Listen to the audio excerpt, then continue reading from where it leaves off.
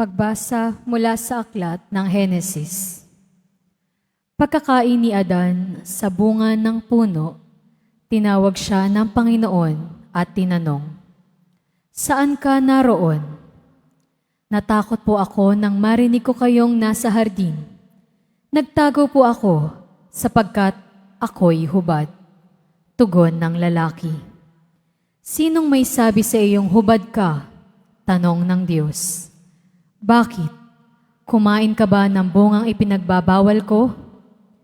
Kasi pinakain po ako ng babaeng ibinigay ninyo sa akin." Tugon ng lalaki. "Bakit mo naman ginawa iyon?" Tanong ng Diyos sa babae. "Mangyari po'y nilinlang ako ng ahas, kaya ako natuksong kumain." Tugon naman niya.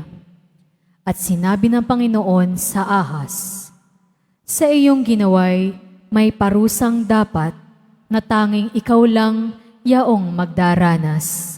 Ikaw ay gagapang, ang hatol kong gawad, at alikabok ang pagkaing dapat. Kayo ng babae laging mag-aaway, binhimo't binhinyay laging maglalaban. Ito ang dudurog ng ulo mong iyan, at ang sakong niya'y ikaw ang tutuklaw." Eva ang itinawag ni Adan sa kanyang asawa, sapagkat ito ang ina ng sangkatauhan.